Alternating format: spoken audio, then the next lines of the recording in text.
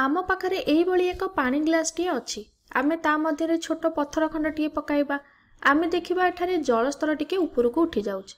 एमिति कि जदि तुमर आंगुठी मध्य जलरे बुड़ाइबो तेबे भी जलस्तर उपरकू उठी जिवो।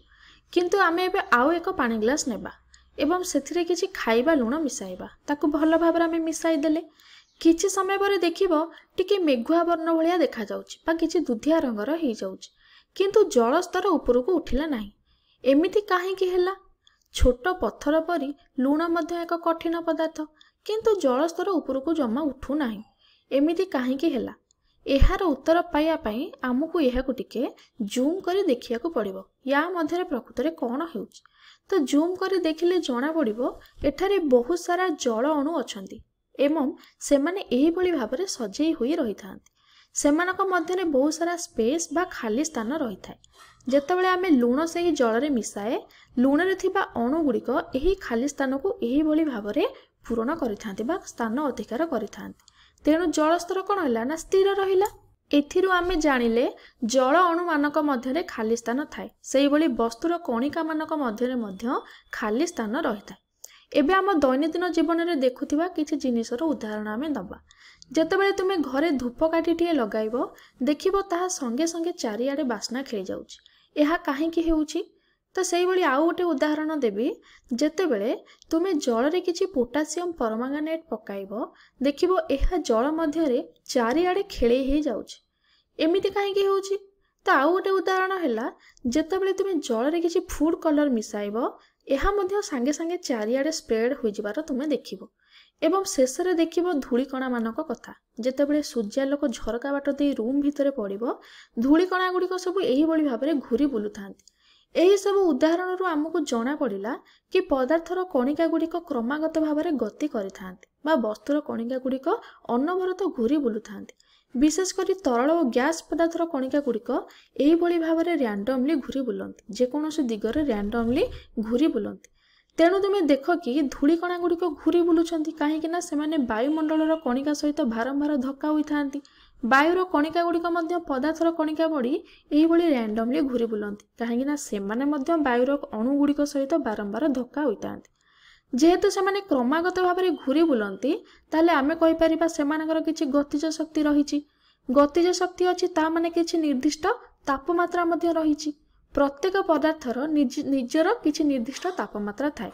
जदि तुमे तापमात्रा बढ़ाइबो तेबे कणिका गुड़िक जोर रे गति करिवे बा गतिज शक्ति बढ़िबो।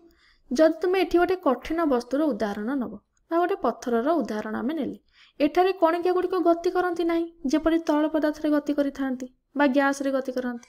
ताले सेमाने निज जागा रे ही एही भली भाबरे भाइब्रेट होइथांती बा कंपन सृष्टि करिथांती। जेतेबेले तुमे तापमात्रा बढ़ाइबो तेबे सेमाने आहुरी जोर रे भाइब्रेट हेबा आरंभ करिवे। एहा ही कारण अटे जेउंथिपाई पोटासियम परमांगानेट जलरे गति करिबा आरंभ करिदाय। काहेकि ना पोटासियम परमांगानेटर प्रत्येक कणिका जलर कणिका को अनुसरण करिथांती। एहा ताकू जलरे भल भाबरे स्प्रेड करिबाकू सहाय्य करिताय। एहा ही कारण अटे जहा पई धूपकाठी जळिले संगे संगे बास्ना आमे जानि पारू। एठारे आमे आउ गोटे कथा देखिबा कि पोटासियम परमांगानेट जलरे मिसे वास्तव रे कोन होइथाय। टिके जूम करिके आमे देखिबा। देखो आम पाखरे जलर कणिका गुड़िक एही भली भाबरे सजित होई रहंती हैला। तो एही भली भाबरे किछि सजित होई रहिथांती। किंतु पोटासियम परमांगानेटर कणिका गुड़िक जलरे जेतेबेले स्थान अधिकार करिवे देखो एही भली भाबरे स्थान अधिकार कले। केवल यही उदाहरण नुह बाकी तीनटा उदाहरण मध्य आमे देखिले कि पदार्थर कणिका गुड़िक निज निज भितरे मिसी जाती एवं सेमाने किपरि मिसंती ना निज निज भितरे थिबा खाली स्थान रे सेमाने एही भली भाबरे जागा अधिकार करिथांती बा स्थान अधिकार करंती। एहाकू विसरण बोली कुहा जाय। ताहले अलग अलग परमाणु गुड़िकर कणिका गुड़िक इंटरमिक्स होबाकू परस्पर सहित मिसिबाकू विसरण कुहा जाय। तेणु धूपकाठीर कणिका गुड़िक वायु कणिका मध्यरे स्थान अधिकार कला एवं क्रमागत भाबरे घूरी बुलिले। सेही परी जेतेबेले आम चट्टाण रे पानी पड़ी जाए सेतेबेले आमको एही भली किछि देखा जाए। एहा काहेकि हुए ना पदार्थर कणिका गुड़िक परस्पर को टाणी थांती बा आमे कहि परिबा परस्पर को आकर्षित करि थांती। एही जहा द्वारा सेमाने परस्पर को आकर्षित करि थांती ताहाको कोन कहा जाय ना इंटर मॉलिक्यूलर फोर्स बा अंत आणविक बल बोली कहा जाय। वर्षा बिंदुर आकार मध्य स्पेरिकल होइथाय। देखो वर्षा बिंदुर आकार एही भली स्पेरिकल होइथाय। ता यह काहेकि हुए ନା ଜଳର ସମସ୍ତ କଣିକା ପରସ୍ପର ସହିତ ଟାଣି ହୋଇଥାନ୍ତି ବା ଆକର୍ଷିତ ହୋଇଥାନ୍ତି। ଏହା ବିଷୟରେ ଆମେ ପଦାର୍ଥ ବିଜ୍ଞାନରେ ପଢ଼ିବା ଯେତେବେଳେ ଆମେ ସରଫେସ୍ ଟେନସନ୍ ବିଷୟରେ ପଢ଼ିବା। କିନ୍ତୁ ପଦାର୍ଥର ସମସ୍ତ କଣିକା ଗୁଡ଼ିକ ପରସ୍ପର ଦ୍ୱାରା ଟାଣି ହୋଇଥାନ୍ତି ବା ଆକର୍ଷିତ ହୋଇଥାନ୍ତି। ତେବେ ଏହି ତିନୋଟି ହେଉଛି ପଦାର୍ଥର କଣିକା ଗୁଡ଼ିକର ବିଶେଷତ୍ୱ। କ'ଣ ନା ସେମାନେ ନିଜ ନିଜ ମଧ୍ୟରେ ଜାଗା ଅଧିକାର କରିଥାନ୍ତି, କ୍ରମାଗତ ଭାବରେ ଘୁରି ବୁଲନ୍ତି ଏବଂ ପରସ୍ପରକୁ ଆକର୍ଷିତ କରିଥାନ୍ତି।